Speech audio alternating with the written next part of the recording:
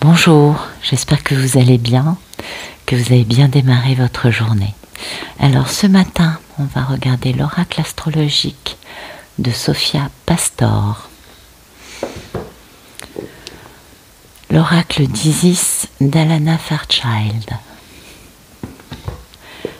Et l'oracle de la destinée de Lucy Cavendish.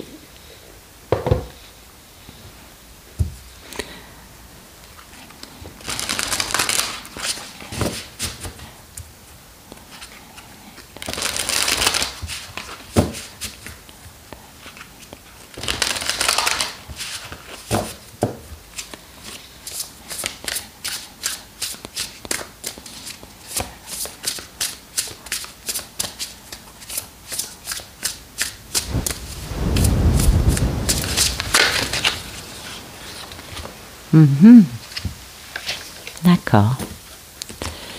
Ok. D'accord. Donc on est dans l'équilibre. Hein. Mais il y a quelque chose qui part. Hein. Il y a quelque chose... l'exil, quand même, il y a un truc qui dégage. Donc ce besoin d'équilibre, d'harmonie, hein, avec la justice, avec, pardon, la balance... il y a quelque chose pour moi qui soit touche à un déséquilibre permanent, c'est-à-dire un jour dans un sens, le lendemain dans l'autre, ou d'une heure sur l'autre, vous voyez. En tout cas, un problème d'équilibre psychologique, soit tout simplement une blessure d'injustice. Hein. Je dis ça parce qu'il y a l'exil à côté. Et l'exil, c'est le non. Hein. Je vous disais, on quitte quelque chose, on est ferme, on est enfermé. Peut-être aussi qu'on a besoin de solitude pour harmoniser des trucs qui sont déséquilibrés à l'intérieur de soi. L'exil, comment vous dire, c'est le silence total. C'est les non-dits qui sont tellement oppressants qu'ils parlent d'eux-mêmes. Vous voyez ce que je veux dire ? Donc, peut-être que ce week-end, certains vont à la fois comprendre l'injustice par rapport à ces non-dits, à ce silence, et du coup pouvoir poser quelque chose de plus équilibré. Peut-être que pour d'autres... leur quête d'équilibre va passer par mettre en place l'exil de personnes, de situations, c'est-à-dire poser un non ferme et définitif par rapport à certaines choses. Vous voyez, on peut vraiment le voir de plusieurs façons. Il y a certainement d'autres façons de le voir. C'est un peu comme ça que je l'interprète. Il y a quelque chose, si vous voulez...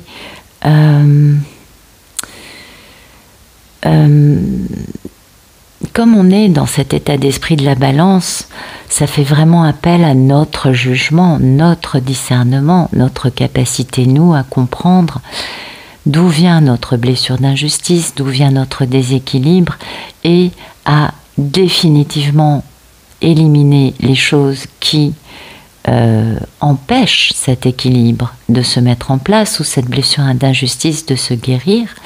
Et puis pour d'autres, c'est la même chose mais dans un autre sens, c'est-à-dire comprendre en quoi ce non, hein, ce silence, cette notion un peu de tu auras beau faire, je ne bougerai pas. Ça doit parler à certains parmi vous. Oui. Il y a vraiment quelque chose, vous voyez, de très négatif dans tout ça. Il y a quelque chose un peu comme un bannissement avec l'exil, on est d'accord. Et puis, c'est un peu, vous savez, toutes les choses qu'on met aux oubliettes, qu'on met sous le tapis, vous voyez, de cette notion de ce n'est pas, ou ça n'a pas été suffisamment important pour que je bouge. Eh bien, ça peut être dans un sens ou dans l'autre, je pense. Et je pense aussi que pour certains, ils vont comprendre pourquoi aussi ils ont posé des silences et des non-dits, tel un bannissement, tel, vous savez, omerta totale, parce que justement, ils sont en quête d'équilibre et d'harmonie dans leur vie. Il y a vraiment plusieurs façons d'interpréter ça, mais je trouve que le message est très parlant. Oui. Alors, ouais, c'est assez intéressant. Mm.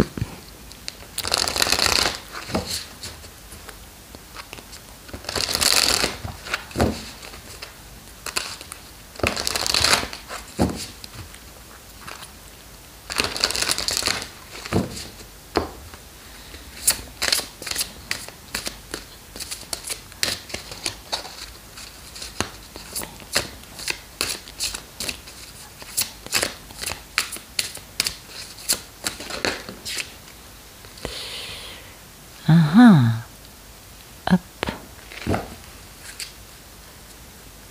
Joli, joli. Il y a vraiment un travail là avec de la protection, mais c'est magnifique. Donc ce chariot d'ascension, c'est la Merkaba, je pense que vous connaissez. Merkaba, c'est deux triangles, enfin deux pyramides inversées, imbriquées l'une dans l'autre. C'est très facile à mettre en place. Ça permet d'avoir une connexion directe avec beaucoup de choses. Avec beaucoup de choses. Mais en revanche, c'est vraiment à mettre en place quand on est bien, quand on est posé, qu'on est serein. Sinon, ça risque de pas vraiment fonctionner, hein, je préfère le dire, mais vous le savez, je pense, c'est un peu pour toutes les pratiques spirituelles de la même façon. Donc cette Merkaba, ce chariot d'ascension, ce week-end, pour beaucoup, ce sera plus facile à mettre en place. Pas pour tous, c'est normal, on n'a pas tous les mêmes moments énergétiques, on passe pas tous les portails de la même façon, enfin vous voyez, on a tous des clés différentes. Maintenant, pour certains, hein, ce week-end, il y a vraiment la capacité et la possibilité d'utiliser tous les bienfaits de la Merkaba. Alors comment est-ce qu'on fait, comment on met en place, comment on active notre Merkaba? C'est très simple. Mais ça s'adresse vraiment aux personnes qui ont une pratique, hein, qui sont quand même bien initiées. Pour les autres, ça risque d'être un petit peu plus compliqué. Donc bien, vous vous posez en méditation, vous êtes bien posé, vos chakras bien lumineux, vos muscles bien détendus. Vous pouvez par exemple, je vais me faire un peu de pub, vous pouvez par exemple faire la méditation de profond lâcher prise que j'ai postée il y a quelques semaines de cela, qui vous aidera justement à atteindre cet état, hein, de profond lâcher prise. Et puis après, eh bien, donc, on reprend, vous êtes bien posé, tout va bien, vous êtes serein. Et là, vous allez visualiser une pyramide de lumière qui va englober tous vos corps subtils, vos corps éthériques, votre aura, et bien évidemment votre corps de matière qui est le plus petit, et qui sera avec la pointe vers le haut, posée, hein, la base sous vous, et vous allez la faire tourner dans le sens des aiguilles d'une montre. D'accord. Donc tout ça, vous le visualisez et vous le ressentez. Il y a un petit moment d'adaptation quand on ne connaît pas. Après, c'est très très très très simple à mettre en place. Mais les premières fois, ça peut être un peu oh, ça bouge. Enfin bon, vous allez sentir à un moment que ça se pose, hein, que c'est bon. Et là, vous allez poser l'autre pyramide. Celle-ci sera inversée, la pointe vers le bas. Et vous la faites tourner dans le sens contraire des aiguilles d'une montre. Voilà. Pareil, ça va... Pour certains, pas pour tous, bien sûr, on réagit tous différemment, mais pour certains, ça risque d'être un peu rock'n'roll, un peu décoiffant, un peu, vous voyez, à mettre en place. Et puis, il y a un moment où vous allez sentir, pouf, que vous êtes complètement posé, que les pyramides se sont complètement imbriquées. Et à l'arrivée, vous avez vraiment ça autour de vous et de vos corps subtils. Et là, eh bien, vous êtes prêts. Vous êtes prêts à communiquer avec bien des présences divines et d'autres âmes. Si vous devez communiquer avec d'autres âmes, auparavant, demandez la permission à cette âme, si elle accepte de discuter avec vous, toujours. Hein. Mais du fait que ce week-end, beaucoup auront cette capacité à être du coup beaucoup plus connectés, beaucoup plus à même d'avancer d'une façon lumineuse, guérissante, hein, et bien sûr centrer la voie du milieu toujours, ben, ça va permettre de travailler. Et ça va permettre de bien travailler parce que du coup, eh bien, il y a ce temple de la cornaline qui entre en ligne de mire avec cette notion de comprendre la force que l'on a en soi, hein, et de pouvoir de ce fait avoir beaucoup plus de force, de confiance, de courage, de bravoure, vous voyez, d'être beaucoup plus à même d'avancer, hein, en prenant des risques, parce que là, on va être beaucoup plus à même de suivre ce que notre cœur peut nous dire comme message, hein. Et on va être beaucoup plus entier, beaucoup plus sincère et authentique dans tout ce qu'on va mettre en place. Notamment de par la Merkaba, on est bien d'accord, hein.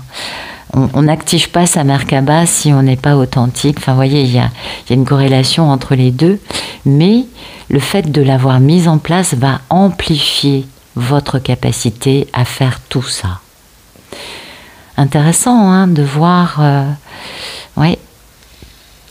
Et de ce fait, hein, il va y avoir beaucoup de sagesse, hein, de manière à pouvoir faire avancer des... Alors, vous appliquez ça, bien sûr, au domaine qui vous concerne, mais ça peut être bien évidemment des situations, mais ça peut être aussi des situations, des relations, de façon à ce que tout cela aille vers quelque chose de magnifique, hein, à sortir du côté périlleux, du côté « ah, c'est pas ça ».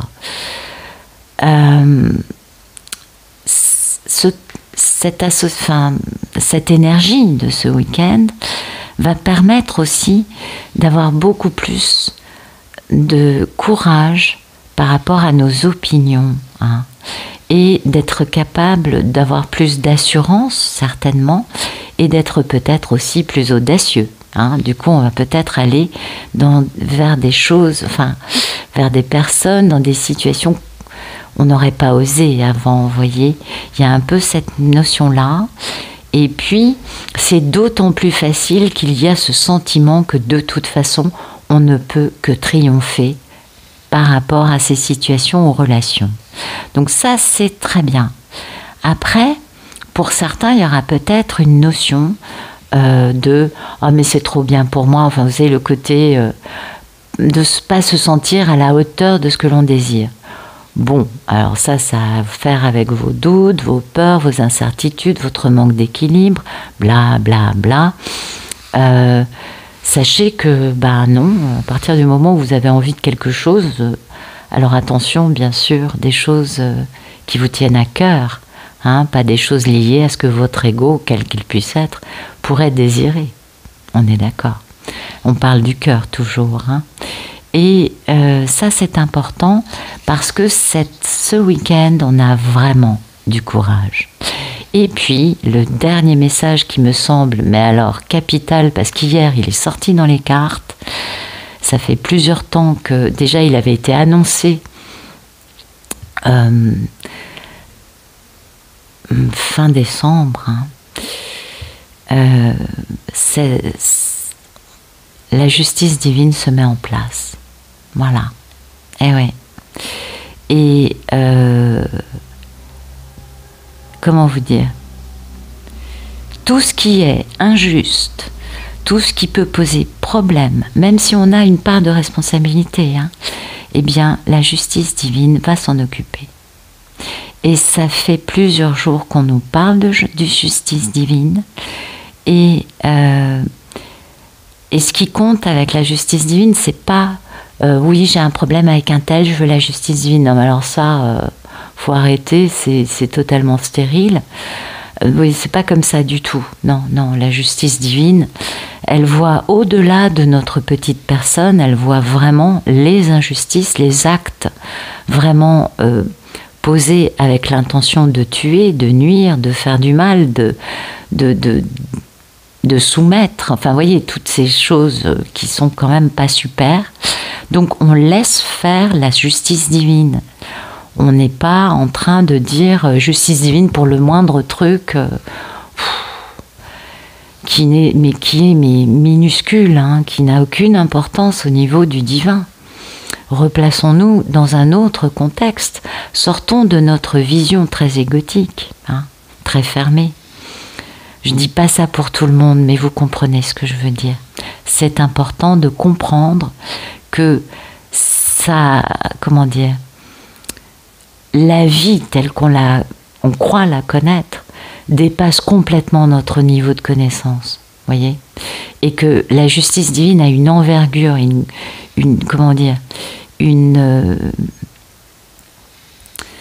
envergure et une compréhension du grand tout, bon, qu'on n'est absolument pas à même nous de percevoir. On a peut-être une petite idée, ok, mais bon, c'est beaucoup plus grand parce que ça implique le tout. Donc on nous parle de justice divine ce week-end, c'est quand même pas mal, je trouve, vous voyez. Je pense que ça va faire plaisir à certains, je crois. Ouais. Il serait temps, hein. On est d'accord, on est d'accord. Et comme ça fait plusieurs jours qu'elle nous est annoncée, tendance à croire que c'est en cours là. C'est... Alors, on va regarder un message plus dans la matière.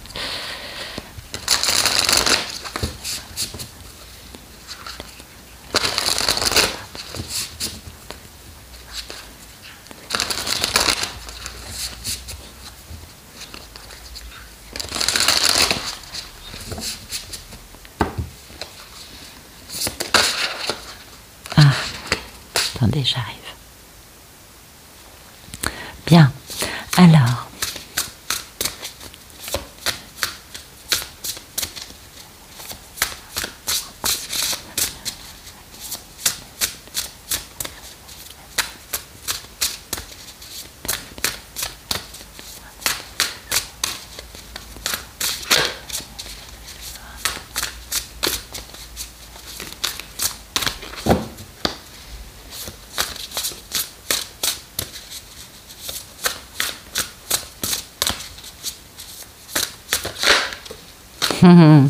Joli.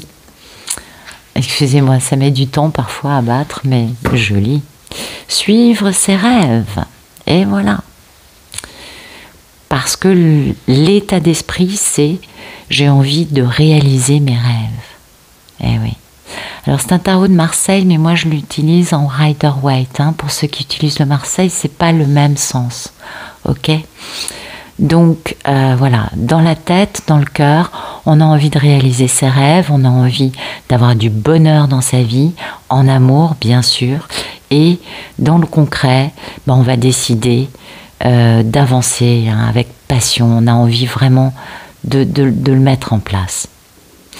Et le mettre en place, ça va peut-être générer en effet l'arrêt de certaines situations et de certaines relations, on est d'accord. Hein. Vous voyez, on veut réaliser ses rêves en amour. C'est le grand rêve. Alors attendez, la relation amoureuse, c'est le grand rêve d'une personne. Et là, il y a une reprise de confiance en soi. Il y a aussi un bilan de fait par rapport au manque de bon jugement dont on a souffert, côté un peu décadent, je crois, qui a été éprouvant. Et il va falloir rapidement prendre des décisions pour aller célébrer avec sagesse, avec intelligence, et quitter, c'est ce que je vous disais, quitter des personnes, des situations, parce que pour avoir une union, il faut se défaire des énergies tierces qui contrôlent tout d'une façon terriblement injuste et mensongère, et qui empêchent d'atteindre un amour qu'on a raté, avec une magnifique impératrice qui, elle, oblige le monsieur à reprendre son pouvoir, à reprendre sa force et à avancer de la bonne façon. Parce que cet homme, il porte un fardeau énorme et il faut qu'il le pose, ce fardeau, il faut qu'il avance. Donc il y a cette notion quand même, vous le voyez,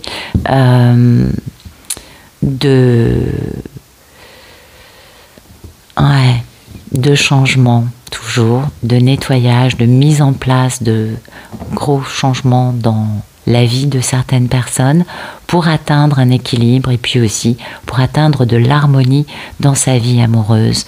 Et c'est important. Ok.